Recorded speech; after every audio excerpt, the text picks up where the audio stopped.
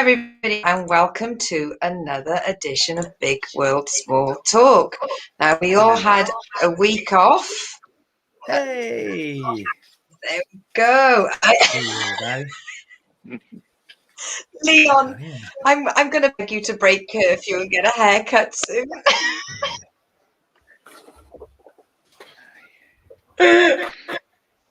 Okay, is that everybody there? Good. Oh, Alex, I'm here, you okay? but my shit is going crazy. I have a new camera and lighting and all that, and everything looks cool, except for the fact that like I gotta turn the display off. So we're gonna go a different route until I figure this out. It looks like your test game a little bit hard recently. We're gonna go John, this route. you and I will catch up whilst that. Perfect, Alex. Awesome, John, Alex, John is a comedian from Glasgow in Scotland. Alex is a comedian from Ann Arbor in Michigan, just there. Leon, as in old school technique, he's fucked off because his internet's packed in, but I don't know whether it was him or his hair scared him off. Damn. His hairline's running away, and now so are we. He's got a little bit Back to the Future, not Michael J. Fox. Like, I can't talk. There's a reason I'm wearing a hat indoors. I have to say, I need a haircut myself. What you've done to your room is pretty fucking fly. That is a lush room. Should you have those comics next to a ring light? I think it's fine. We'll see if it starts to combust. I think we'll know. we can watch it unfold live.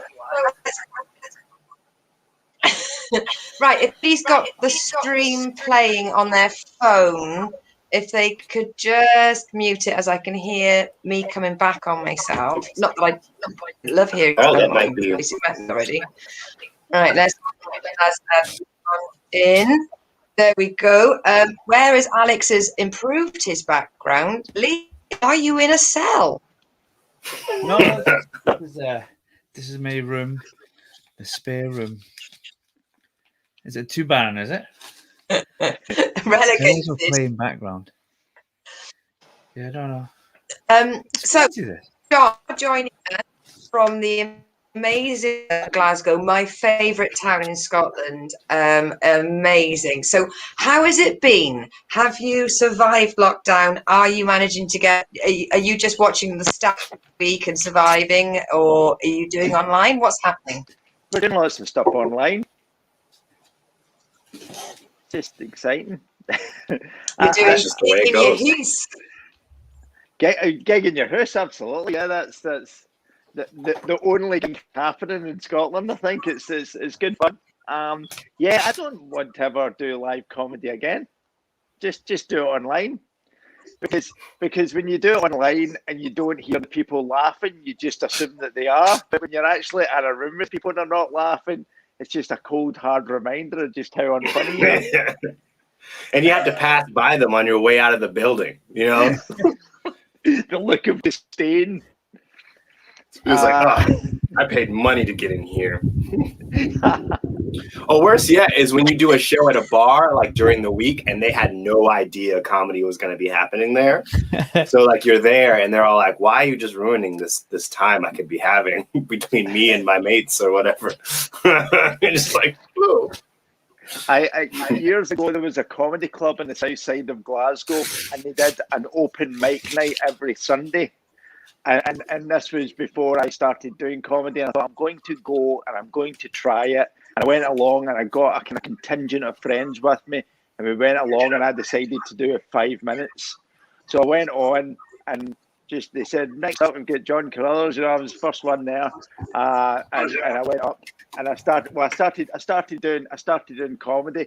and I came off. Everyone was utterly confused, and I found out that it was an actual music open mic night that they had at this comedy night. And like there were all these other people coming in with guitars, and I went up and spoke about my grandmother for 5 minutes.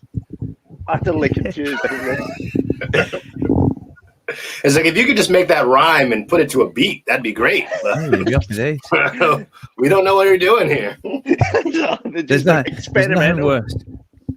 Nothing worse than them gigs when you're on after a band or something. So the band comes on, everyone's just talking because there's music in the background, and then you'll say, right now you have to stop talking because I'm going to start talking.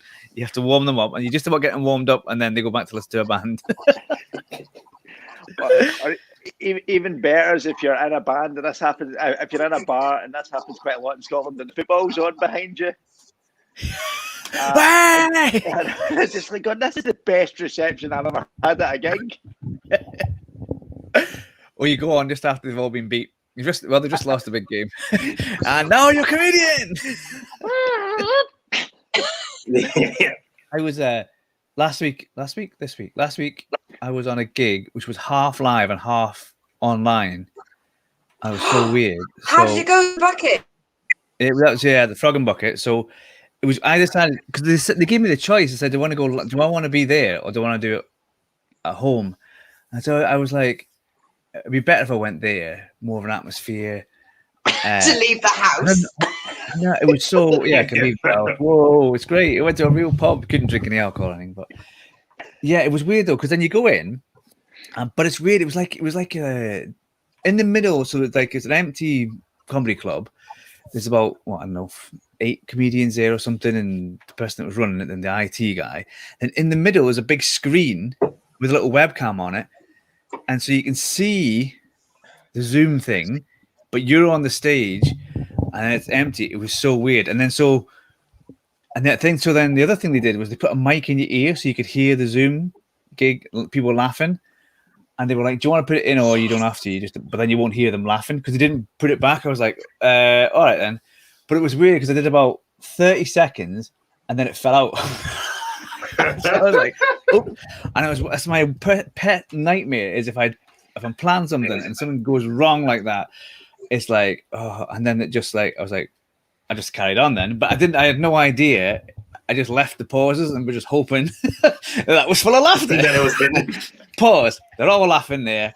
And you get that thing on Zoom, don't you? Where you get all the random people, and so some were laughing, or sort of looked like they were laughing, possibly, and some were like wandering off and make a cup of tea or something. I was like, this could be going well. I don't know. The worst thing is when you do Zoom gigs now, and you just when you're on and you see Colin left the room, and you're just like, yeah. You used to have to look at people's faces to know if they weren't into your act. Now they can just all just leave and leave. Or the cameras just go off and they could be doing something else. Cameras go off, or they leave the camera on. I had one early on where someone was cooking and they had the camera right by where they were cooking. They were cooking away. And I was like, that looks nice. What are you having? Risotto. It's lovely. Oh, okay, great. I'm not getting in the way. I'm not putting you off. You can actually tell them, have you tried adding Cajun spice into that? I did. There was one point I was going, that's too much salt. I was just like in the middle of a joke and I was going, no, that's too much salt. Just, whoa. Don't do it. You not read any books? It's a different kind of crowd work, isn't it? A Zoom gig. It's kind of going, so where did you get that plant from?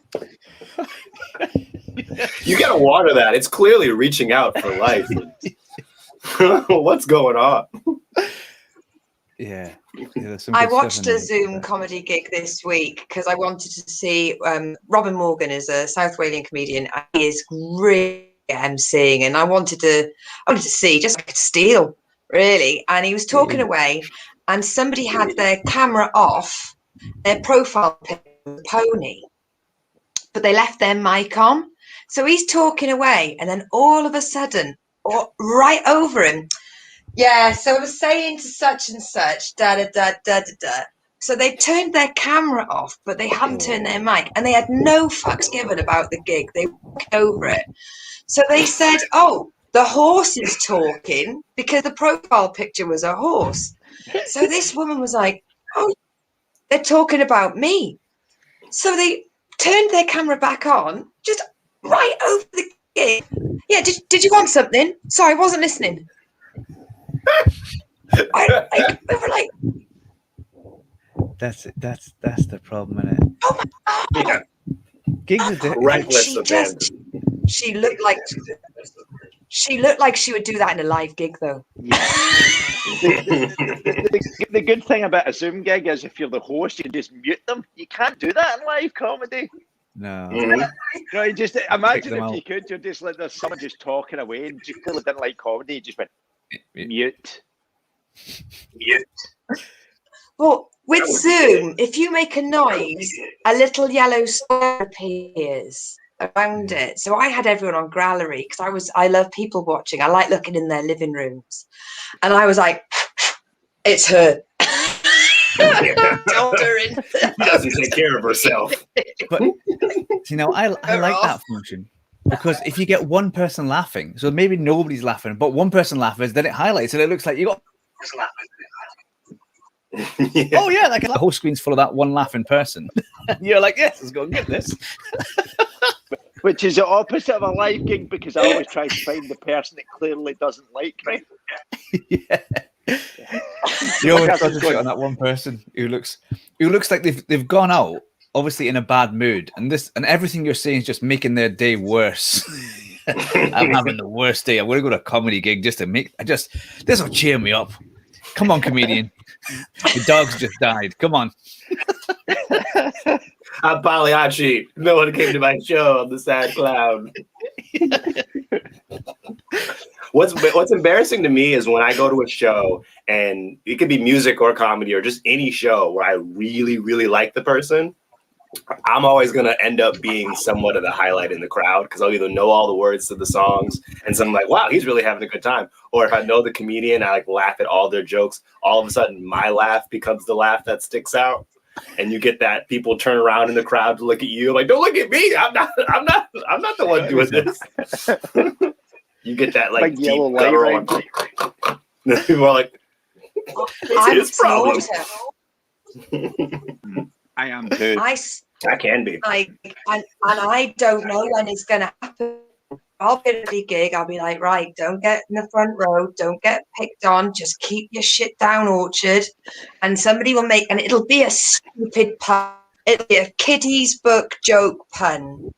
And all of a sudden, I will snort, and you see like somebody trying to get me with the spotlight, and I'm just like, I just go down. I'm not here. She's being hysterical. Somebody do something. Is there a doctor in the house? Wait about 2 acts. Get off. Oh. Right, so enough of the chin wagging. We're all here for the same purpose. We are here to go off on tangents, make each other giggle by asking each other stupid, pointless, hilarious questions. So, just to make the boys look bad, I did another 8 questions tonight whilst I was watching TV, some jars full again. And they're good ones. So, Lee, let's see. Are you using a little bag? Are you using a hat? What have you got?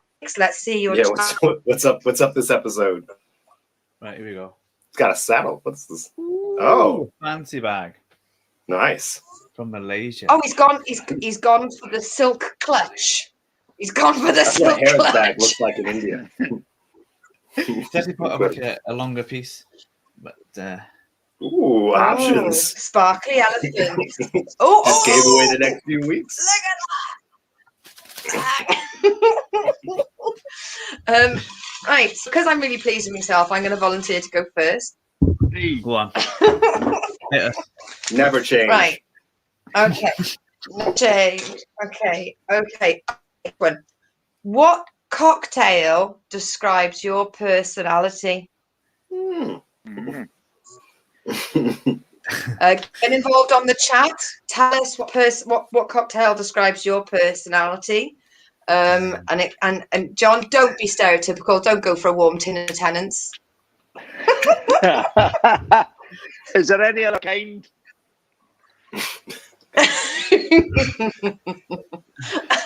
Half drunk and not your own. I can't wait to get back into pubs when you find out it's all spoiled in the barrel, and then it's just dust. And you still drink it. Just I've waited so long. Those first couple just go straight. I got a reputation to maintain. I'm Scottish. It's when it tastes of the pine pipe cleaner they use. That's the best. When you go, pine fresh. Yep. Yeah. No matter how bad it is, no matter how bad it is, the next day if you're out, you just say it must have been something I ate. Yeah. not the copious amounts of drinking and no water. I've been drinking since I was 4 years old. There's no way that was alcohol. Ironclad liver. Alcohol should kill everything, shouldn't it? You can't get ill from alcohol. Kills all the germs. Yeah. No, well, I mean, they're using alcohol to keep everything clean right now. Yeah, it just makes sense. But the best cocktail to my personality is probably a rusty nail. What is that? Honestly, I don't know that one. It's like you know when you associate cocktails with like fancy glasses and different colours. A rusty nail is basically whiskey and whatever else they could grab and throw in. And then whiskey you do and that. Sawdust. Just Yeah, exactly. And there's probably a real rusty nail in it. It comes out spotless though. We'll come out like absolutely. Yeah. I hit a rusty nail. It comes out the other side. Is that it? That's it. Lucy's phone. That looks quite fancy. There we go, John. Yeah. I do that. I mean, it does look like you're Pinky up. Pinky out. Brilliant. What about you, Leon? I don't know. They're all too fancy. They're too aspirational. All cocktails have got aspirational names, aren't they? Manhattan and all this business. You want to be like. So like, yeah. That's not aspiration. That's a fucking place.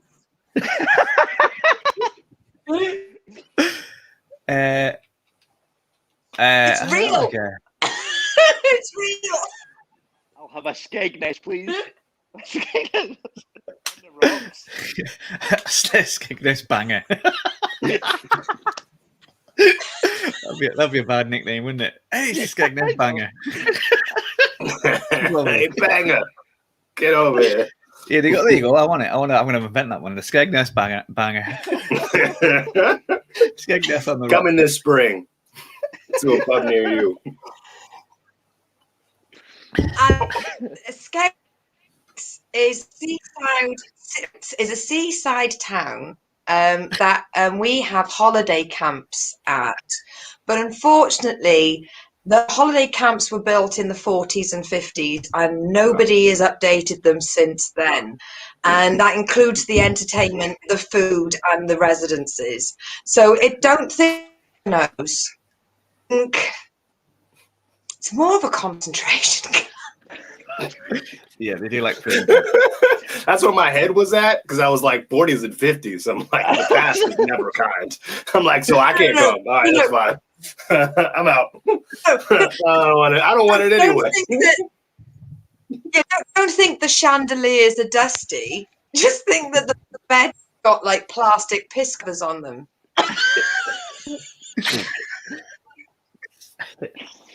All the boys cons. Yeah, lovely. You go on holiday to a breeze block cottage and like you can put your own 50p's in the electricity meter. It's Butlins and Minehead. It's very similar. It was a system they rolled out where it was literally like, we're going on a holiday, shut his bag. It's typical British, isn't it? We say we don't need the sun. We'll go holiday here in the rain, in the cold, and the wind. Build character. Let's have a pool outside. Come on, if we can imagine it, it'll be nice. It will be nice. So we'll just go and we'll just drink it. And then in the end, we won't care if there's sun or not. I'm from Michigan. You got to stop caring about sun a long time ago. You should come here. Well, and it's brilliant because they're mainly self-catering holidays, which means that the mother usually gets to just cook and clean, but with lesser facilities for the fortnight. With no thank you. She's using an electric hob, and she's basically queuing up teas. And you will fungus and verrucas by going to the communal showers. But it's like it's different because it's away from home. Yep. and to be fair, right now we would all take it. We would. We don't. That's an even trade for right now. Sign me up. John, I've got my go bag ready. I'll see you in Skegness. Skegness banger weekend. Skegness banger. It's measured in fingers, not in glasses. This much. No. Alex, this much. What? How many fingers do you want? Alex, what cocktail describes your personality? My first inclination was a Long Island iced tea. There's a lot of like deep references underneath that I've covered with a lot of my other shit. It's like, don't worry about all that's down there. Just it's gonna get loud. It's gonna get quick. We gotta get you there, but we're just gonna cover it with a bunch of other shit. Don't worry. After you get enough of these, you're not gonna taste it. Don't worry about it. Oh my word, that looks nice. That does look nice. That does look nice. I've never, but I know that after two, you're absolutely shark-eyed. It's sort of it has about 18 units of alcohol in each one. You're like, oh, this goes down easily. Yeah. Remember, it's the drink. The drink is trying to hide all the alcohol inside, but it's there. It may be deep in there, but it's there. It's like how in my regular life, I try and hide the fact that I'm the huge nerd. But when you get in, you have a couple, you realize it's pretty obvious. It's there's alcohol in here. It's gonna get you there. I used to do absinthe. So you get the absinthe, and then they get the sugar, and then they put absinthe on the sugar, and then they melt the sugar. So they like the absinthe, like the sugar, and then they put the melted sugar in the drink, stir it, and then you drink it. But we went to this bar, so we were all having a few drinks, and so they said, "We'll get an absinthe." So the woman behind the bar, she got the absinthe, she got the spoon, she put the sugar on the spoon, she put the alcohol on the spoon, and she lit it. And she turned around, and my friend had already drunk the absinthe. We just left it with the spoon on fire going. We're supposed to put that in there because it's quite strong. Melted sugar, you don't really. Doesn't matter. I'll just throw this away, will I? Yeah, give me another one. We'll try this again. Yeah, we'll do it again. Do it properly. That's how he spent $200 in one night at a bar. We'll get it right the seventh time. Yeah. Can't even say seven. Yeah. When did they get two of you? Two of you got the night shift. That seems a little much. When we went to same friend, we went to Edinburgh, and we were trying to drink the alphabet. So you try and take a drink for every single letter of the alphabet. So it was really hard. Obviously, there's 24 drinks, but we got to one bit. Some letters you think would be dead easy, but aren't. But the letter E, there's not that many alcoholic drinks beginning with E. So we kept going into bars, going up to the bar and eggnog. going, we need an E. Yeah. We need an E. But we need an E. We're missing an E. If we get an E, and we just get chucked out. Yeah, I got some E for you, dude. See me what I've done at the back. Go speak to that guy over there. You'll be fine. You'll sort all the E. We spoke to him. She's giving me pills. I've got a headache. I'm trying to get a drink here. You're desperate to get to W so you can have a water. Yeah. That would have been a sensible idea, because we could have like had Coca-Cola and stuff, but you know, you're young and you're stupid, aren't you? I'm really stuck on the fact that if you did the E, you'd be really weird asking for that F. Like, hey, I'm trying to get some F, man. What an F at? I need that F. I need the F. It's like, not tonight, man. That's not gonna be me. Holding out because holding out for H for her. My best mate. My best mate. What a night. It was a good night. What I can remember. What was the day in a night? My cocktail. I was trying to think of my cocktail. Like, I do a cocktail. What I don't like about a cocktail is that it's very expensive. The liquid amount is very short. And you sort of like what really winds me up about cocktail bars is like, I love a margarita. And you got a margarita, please. And they'll charge you £15 for a thimble, a long stem. They'll go, well, that's done. Like, you can't, you know. That little straw. I need more. That's how I get you. And you even you're trying to circle the ice to try and get any more alcohol off them, but it's like, no, there's still none in there. Yeah. It always worries me when they take longer making the drink than it takes you to drink the drink. Yeah. So when they do all that tossing around and throwing around and all that. See, I quite like that the first time. You go in, you go, oh, that's fantastic. And then the second time you go, it's all right, you don't have to do any of that. Just get it quicker. Yeah, just pour it all in there. Once all the ingredients are there, we're good. It was fun the first time. Don't do that for all the drinks. That's why my rule is no straws. 1, you drink it too fast. 2, inevitably, you're going to try and lock eyes with somebody across the room, and you're not going to be able to get that in your mouth. You've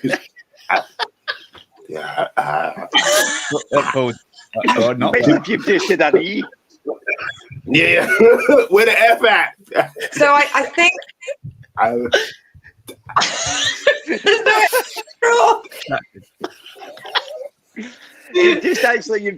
feel like I've gone off on a tangent, but you've just reminded me. I've got a friend, Catherine, and whenever we go into like places that sell cocktails, if she spots a glass she likes, she'll say, John, can you go up to the bar and find out what cocktail they make that glass in? And I go over and ask, and she buys that cocktail for the sole purpose of stealing the glass. So she'll go, it's really good, and then she'll look around and put it into her handbag, and that's it. You can take the girl out of Glasgow. See, the only problem with that is if you get home and you forgot you've done all this and you throw the bag down, it all smashes. You get the bag full of glass. Giant broken neck. Can't get your wallet and work purse out. Oh yeah! She gets a handbag just full of the kind of bubble wrap. She just cares for everything. She's just like, what have you got in that bag? I like it. It's not a pub crawl, it's a heist. This is a drunk heist. Sitting there with her handbag popping it. So my cocktail, I've decided it's what you got, Lucy? My cocktail, Bucks Fizz, or to Alex, a mimosa, because it's 2 ingredients. They're cheap, they're accessible. Bang, bang, give me a fucking drink. That's it. And next, and next. Keep them coming. What do you call mimosas over there? A Royale with cheese? What is it? It's a Bucks Fizz. A Bucks Fizz. Yeah, Bucks Fizz. That sounds a that's little. What we call a mimosa. Okay, all right. Bucks Fizz. I'm gonna start asking for that. See what I get. They've also got a very good music career. If you ever want to stream some of their hits. Bucks Fizz was quality. Bucks Fizz. Well, you may say that now, or you could change your mind, but then you'd be making your mind up. Just like you're at the bar. As a bartender, that happens constantly too. You get that person like really impatient, wants your attention. Like, And then you get over and they're just like, oh, I don't know. What do you think? You seemed so confident before. What happened? Which is also the tagline of my entire life. So no judgment. We've got a comment from the audience. Hugh's on board as always. To be a Moscow mule, it reminds me of a woman in a dodgy whorehouse. Thank you, Hugh. We always thank you in part. And then from what we're saying about quicker and harder, he's just gone for straight up ethanol. There we go. That's what he has. 2 shots of that. Ethanol, nice. You know, bit of civilization. Nice in a slice. Leon, shiny sparkly diamond out and get the elephant bag and give us a question. Here we go. Round it goes. And never apologise for going off on a tangent. That's what this game is based on. Okay. Right. If you're on a cop show, so like a TV police show or whatever, cop show, TV police show, what kind of cop are you? So there's all different kinds of the cops. Like there's the tough one, or the sensitive one, or the, I don't know, the one who's like dead clever and knows everything. So what kind of cop do you reckon you'd be? The one that follows the rule, the one that breaks the rule. Yeah, I think Lucy's got one. This is my bag. This is my bag. I mean, I've watched literally fucking thousands of crime procedure dramas. Like, seriously, test me fuckers. I seem scatty, but I'm taking it all in. All right, so I'm taking it from the back of his threat box. I seem like one that's not paying attention. I've got your registration plate written down on a Tesco's receipt in your back pocket, but I'm gonna get you in the end because it'll all come in. I'm the one that no one thinks is dynamic, but I'm fucking there. That's who I am. I did my homework. Rain Man meets Columbo. I'm only more lacy than Cagney. That's what I'm saying. There you go. Well, I have to go lacy, to be honest. I understood that reference. Lacy's always better. That's what I always thought. I think I'm gonna be the cop that looks directly at the camera, like at any possible time. The one who just cannot let go of the fact that this is now a TV show. That's probably gonna be this is monologuing and had a story picked out and is all in the car, and it's like when they pull up on the scene, it's still like just look behind you at the camera like, hey, we're gonna do this. This is how it goes. I don't know which one I want to be, but I like the ones that come in and do the line, the bit of a pause, and then the end of the break. So they come in and they go, you know, we're gonna lose this guy. We found the killer. There's a little bit of a, you know, it says really small, but you know, then this is it. The nuance. Yeah. And he's dead serious, and this is it, and then come back later, and it hasn't really because the whole episode. Yeah. I guess it's gonna be a silent night. He's not going to be talking to anybody anymore because he's dead. You'd probably have to add the end of it there. I think I would be, you know when in films you always get the cop that's he's just about to retire and he just wants an easy life. He just wants an easy life, and then they bring this crazy guy in that within about 5 minutes is saying the only way we're going to catch this guy is if we jump off of the roof of this building. So I want to be that guy, except without the maverick sidekick. You know, someone that's just waiting till he retires, but he just gets to sit at his desk, and he's just saying 12 days. Yeah, pretty much like my career is right now. I'm just counting down the days until I can retire. And yeah, you just got one of those countdown clocks on the on his screen. He's screensaver. He's 4 hours 47 minutes. That'll be on your desk by tomorrow morning. Yeah, we've got a case for you, and you just say, you know, this looks like quite a big one. It's 12 days till I retire. This looks like a 13-day minimum base. Pass it on. The handover is going to be ridiculous. Probably best if I just sit here and wait it out. Yeah, keeps going up to people and they go, I've done a terrible crime, and you go, well, can you come back tomorrow? yeah. 10 to 5. Think about your statement, get it all together, bring it to me, write it down yourself, and we'll translate it later. Just take your time, get it all down. It sounds like a bad one. Have one more night of freedom, because after you're going down later. You can down for a long time. You can down for a long time. Just go over your value thing, or even just someone comes in and just says, "You know what? I'm worried I'm going to kill again." And you say, well, what's your timeline on this? Are you like one of these serial killers that only do it by the full moon? Because that would be really handy.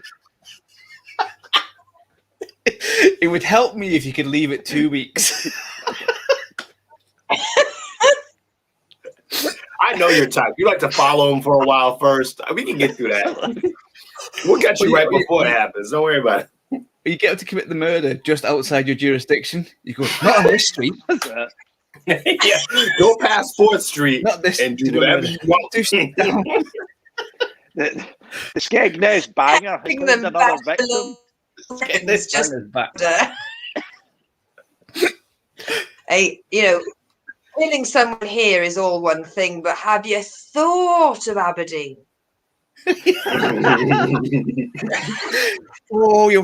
They never catch anybody in Aberdeen. Oh, never catch anybody in Aberdeen. You can rent a van with no driver's license in Indiana.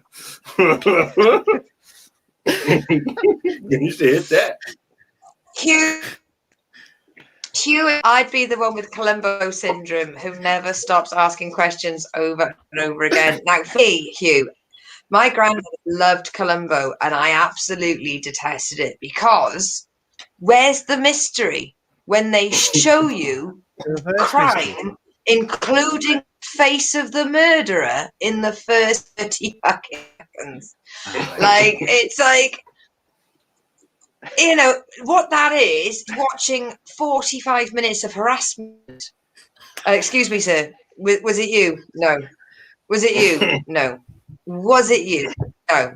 But was it you? One more thing. No. But was it you? Oh, one more thing. Was it you? The only thing about that is, in the end, they always confess. They always end the episode by going, "Yeah, I did it then. Fine, fucking, you got me." Whereas, like, these evidence usually only gets one bit of evidence. If you're a half-decent lawyer, you could. But in the end, they always go, "Yeah, all right, yeah, you're just irritating the hell out of me now." So yeah, I'm tired. I want to break for lunch. Look, it gets you off my back. The day after Columbo retires, they actually find out that he never solved a single crime. They were never the killer, and they just did it to get away from him.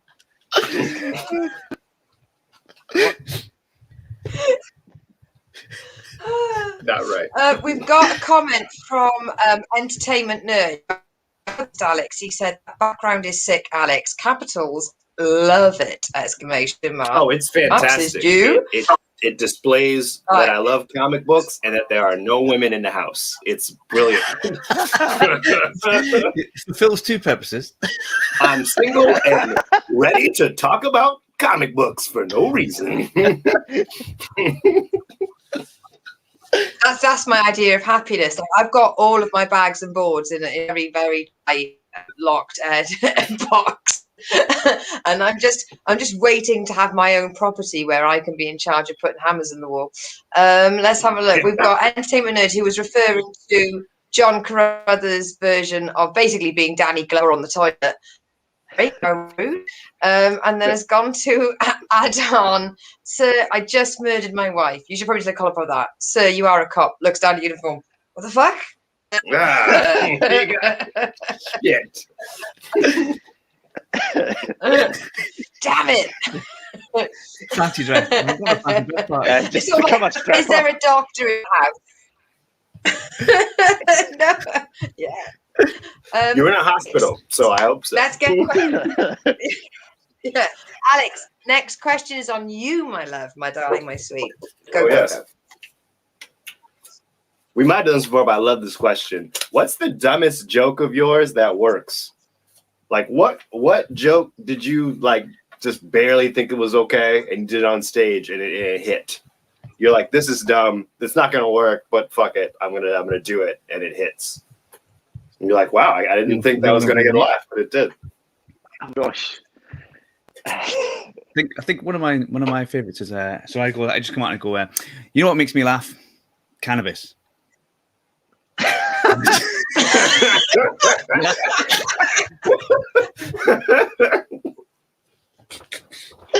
I like it. There was a little delay because it's just too short.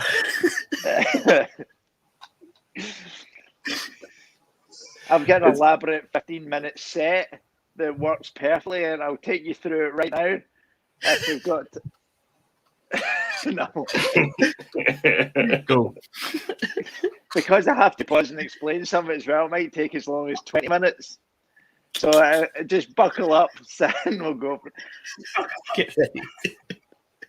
No, I think I used to tell lots. I used to tell when I was emceeing. I used to just occasionally tell lots of jokes that my kids had tried to tell me, and sometimes they landed remarkably well. I would like almost tell like a really bad joke that my daughter would tell me, and it got more laughs than anything else ever did. I'm not noticing that, which is really frustrating. And there was one joke. There was one joke that I did once, and it's not even a joke. It's a kind of true story.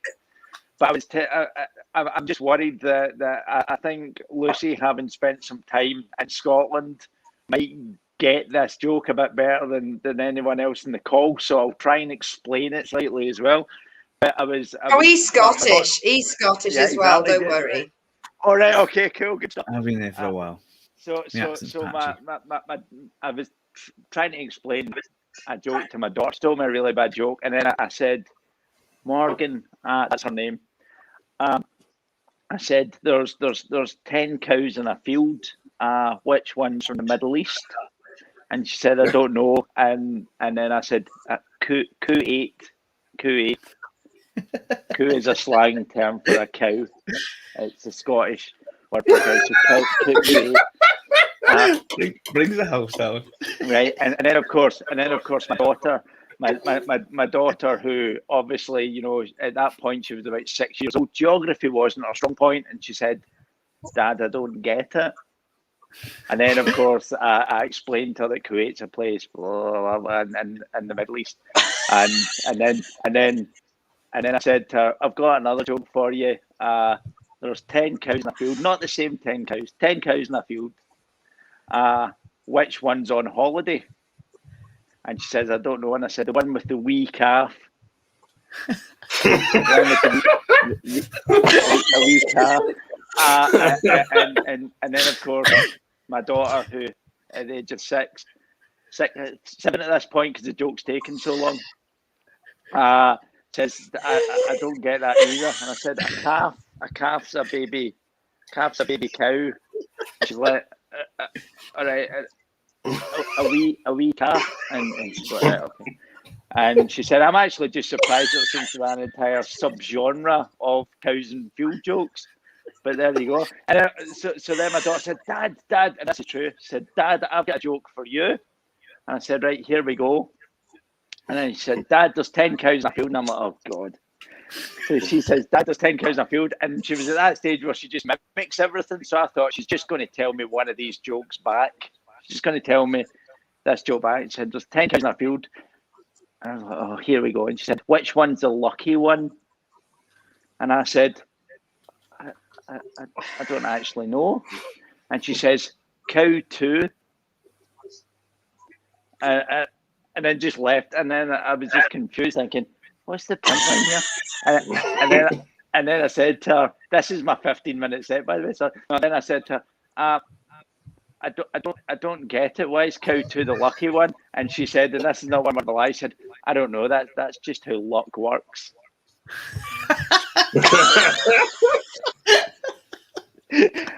Who knows who will be? That's a truth bomb. That is a truth bomb as well.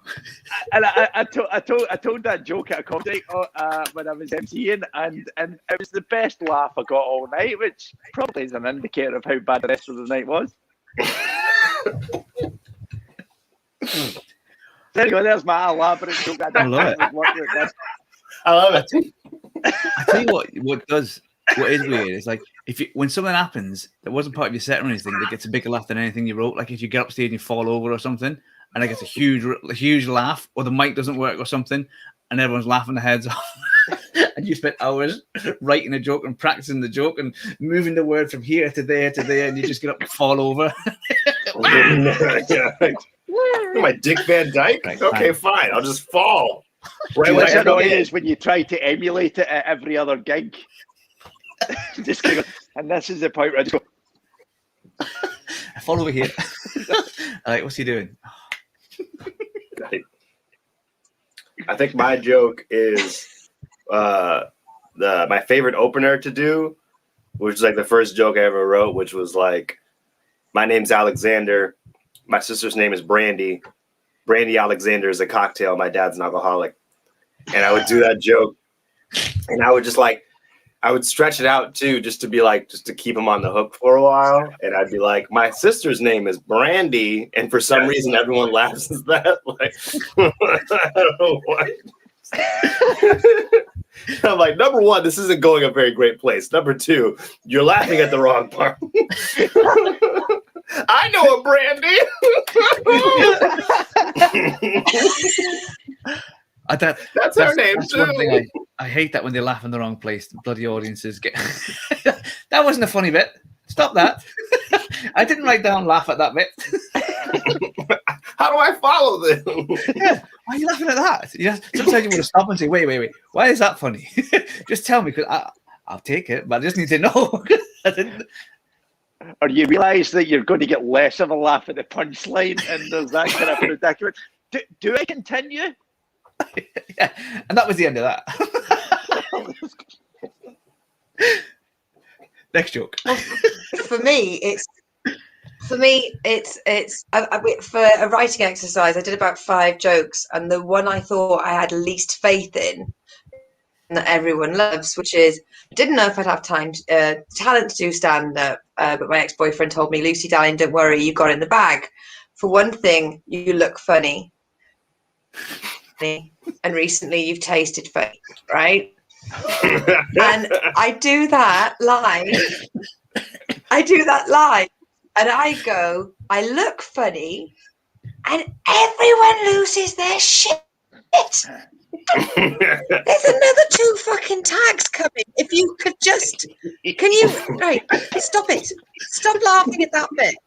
Like, don't agree with me.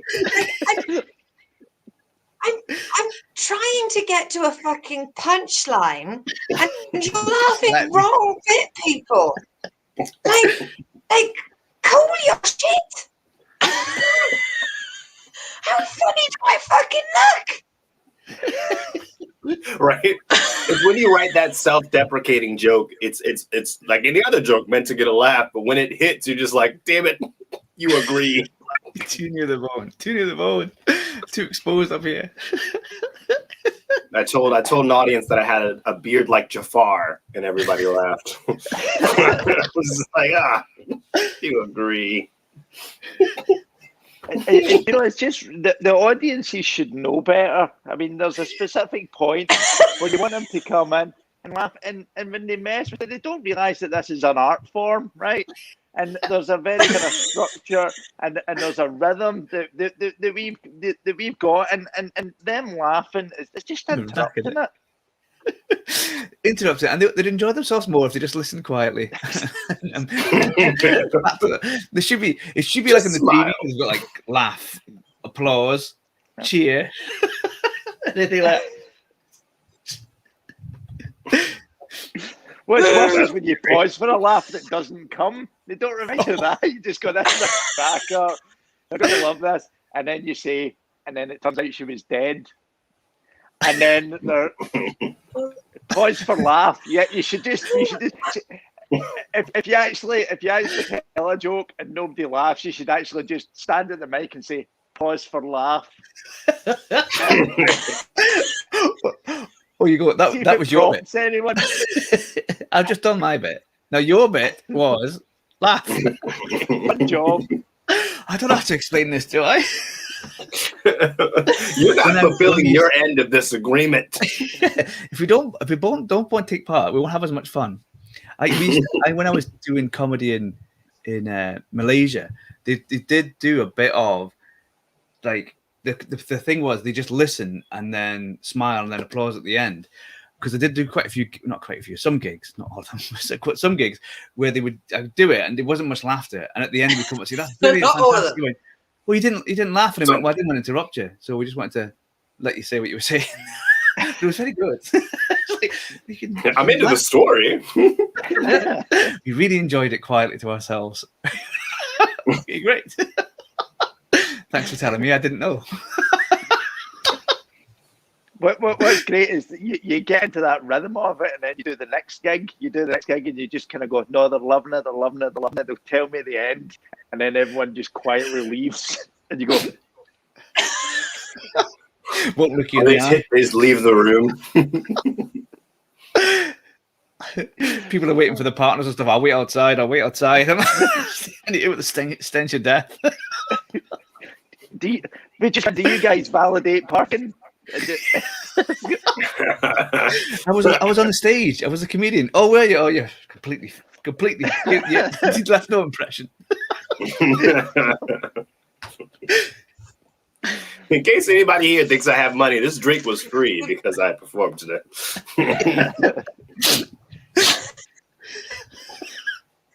We've got time for a quick question before we get to special guest question. We've got time for a quick question. So this one's a quick fire round. What word makes you cringe? What word makes you cringe? It's probably cunt. A lot of people don't like moist. Yeah, moist is moist. Moist is it? I was going to say moist, but I don't mind moist. I quite like the sound of it. Yeah. Alex, I'm so sorry. I do use that word quite a lot, but that's because I'm a truck driver. Okay. That's my get out of free card. And you've got one. I slowly built up an immunity to the cringe response. You just have to say cunt like hard one time a week. Well, the thing is, in South Wales and in the festival industry, that is a term of endearment. That's a praise. That really is. It's not nasty, honestly, unless there's a hard C and a hard T. I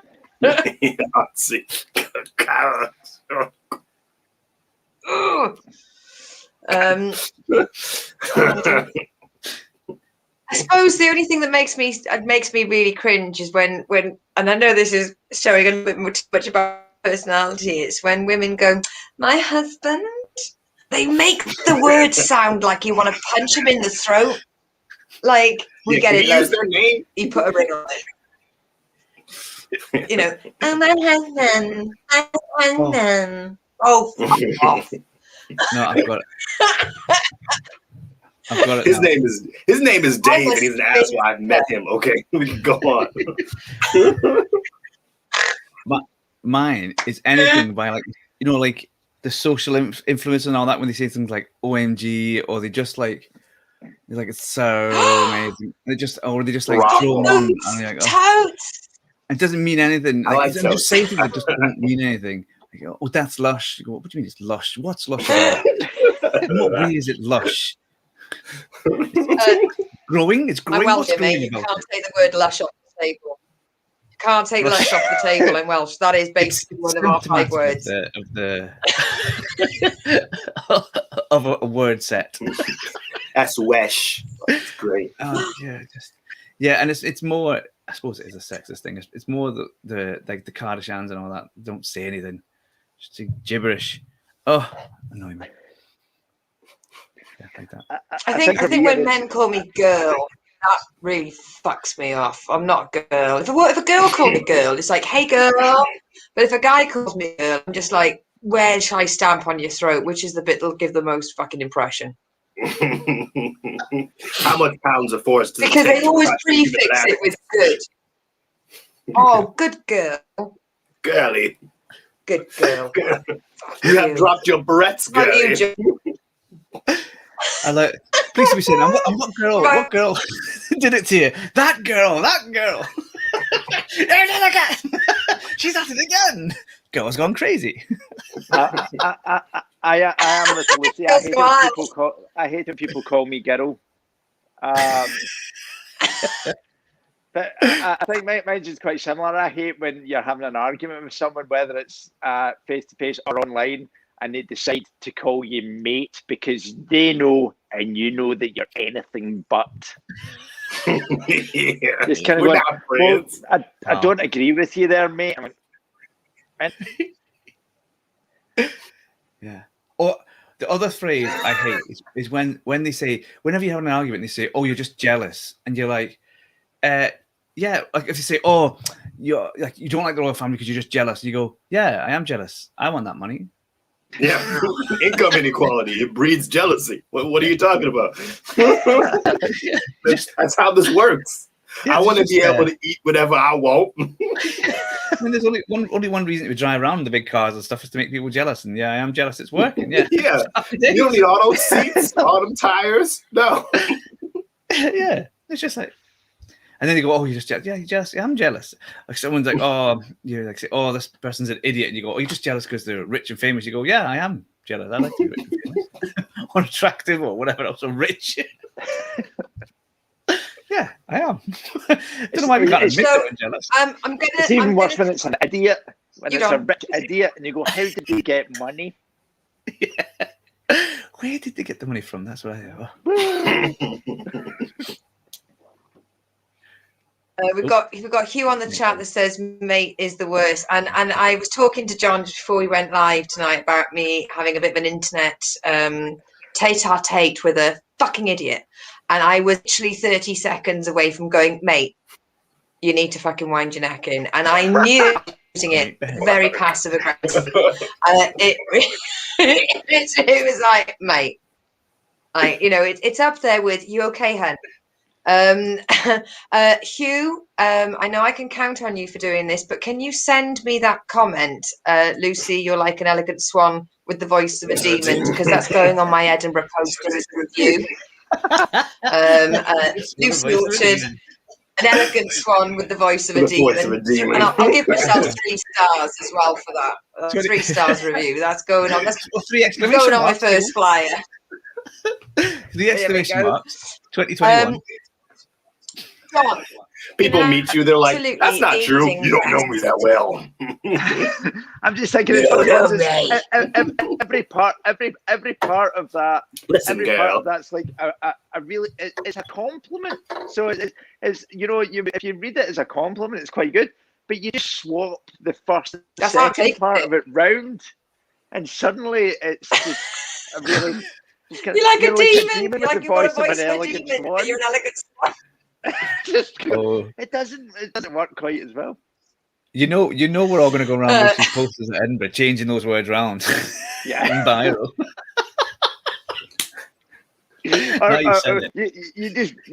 You just get like a marker, like a permanent marker, and just Lucy is a demon. But she's our demon, you know. But she's our demon. Thank you, Mate, Alex. you're a demon. Thank you. Leon and I have already talked about taking Big World Small Edinburgh as a show, and I think it really would work. And Alex, we'd have to get you over for this. So by then we have to be able to get travel, because I mean there's enough people that stand around bars in Edinburgh that would be our guests, and I'm sure John would volunteer quite happily due to the fact he can drive home afterwards. But why would I want to stay in Edinburgh? I can do it 5 a.m. during the Fringe. I'm not going anywhere. Always what I'm going to do is I'm going to ask you, I'm going to have to start wrapping this up. I'm going to get to the guest question, but John, is there a social media account that people who are watching this and can a Twitter or an Insta or a Facebook or a YouTube channel? Is there something that I can put on the screen to help promote your comedy? I usually just do it through my personal Facebook account, but I also have a charity comedy night for live comedy, which obviously hasn't happened in about a year. But that's so I've got a charity comedy night in Glasgow, which is called, and just wait for it. This is a cracker. It's called Charity Comedy Night. It's catchy. So it does exactly. So if you type Charity Comedy Night into Facebook, you'll find my charity comedy night. So Brilliant. I can't believe it wasn't taken. Right, I'm going to put that on screen. On screen. Make it so. So there you go. If you go onto Facebook and you type in Charity Comedy Night, you'll be able to find the night hosted by John Carruthers. And we don't even need to know what the charity is. It could be battered by pandas. I'm sure it's very worthwhile. It's usually cancer research, but I mean, any charities come to me and they want an extra £15 that month, then my night's the night for them. Right. It's just fantastic. Just throw some coins into a bag. Not that I'm cutting you off. I'm not cutting cancer off. But play the music. Play the music. No, we'll fix it later. Don't worry. You're not getting your free TV. That's not happening. Right, John Carruthers, guest of episode 1. I'm going to ask you a question now. Okay. If given the choice, I'm going to give you no more information than this. But given the choice between a magic carpet and a flying horse, what would you choose? Show your answer. Magic carpet. Why? And why? Why? Well, I had a girlfriend, believe it or not, many years ago. I had a girlfriend who had a horse, and she made me ride the horse once, and I was scared enough of being on a horse while it was on the fucking ground. So the thought of one being able to take to the skies is just a terrifying prospect for me. And also the convenience of a carpet, because you can fold it up afterwards. So you can fly somewhere and you just kind of fold it up and you can put it away in a corner till you need it again. Which would probably have been a better answer than me admitting that I was terrified of horses. Is this lie? Can we edit this? You can tell the horse to go low. It gets a bit high. Whoa, whoa, whoa, whoa! Still really a pretty big horse. Imagine going like telling people you've got a flying horse, but it just never takes off because you're scared. It's a flying horse, just kind of looks like a. My flying horse can sense my fear. Just start referring. Just say that's not a flying horse. That's clearly a ground horse. It's a flying horse that is temporarily. It's got 4 legs. It's got 4 legs and 2 wings. That's the proportion we're going to use. I would want to downgrade the horse to like a Shetland pony or something, so I'm slightly closer to the ground. I know. The horse is probably trying to fly all the time. Whoa! You just get up and I would do it. I can't do it when you watch it.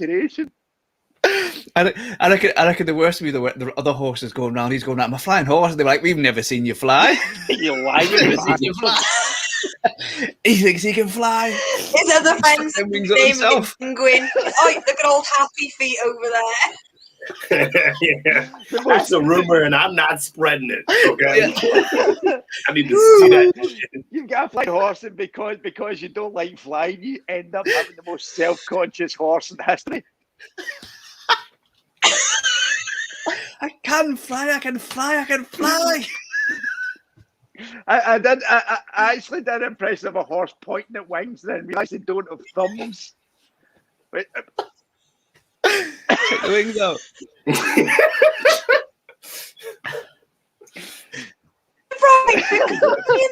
Come black.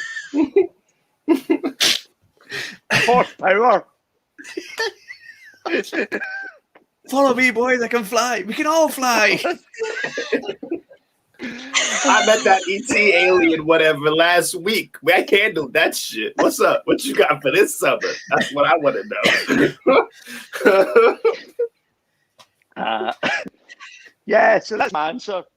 John, in 41 episodes, nobody has addressed the actual heart of riding a fucking fly horse. Not a single comedian has actually approached the logistics of actually riding the horse. So, great answer. We've had parking issues, cleaning issues. We've had people sell it, but nobody has ever mentioned the actual. I'm not getting on that. No. No, man, I got weak thighs. I'm not doing that. I'm not gonna fly it. No. Yeah, but then you gotta rent the saddle, and that's like $80. Like, nah, that's okay. Right. It is time to wrap up. Episode 4 you can't even open your wings. Big World Small Talk. Everybody, it has been an absolutely amazing night. Thank you so much, John, for being this week's guest. Leon, as always, it's amazing. Alex, your beautiful bloody face is awesome to see, and your room is spectacular. We're back. John, I'm gonna try and step my game up this year. Thank you so much for having me. It was really good. I'm really glad everybody had a great time. And guys, please, you can watch everyone on Catch Up by going to Big World Small Talk on Facebook. We are there. We are there in prosperity. So please, everybody, be safe. See you this time next week when we've got Ashley Guttermuth, who won the Seinfeld Comedy Award on the Jimmy Fallon Show. Fuck yeah, we're going up. No offense, John. No offense. Yeah, we're going to have much better guests. Don't be discouraged. That came across really badly. It came out of my mouth. But she's a female comedian.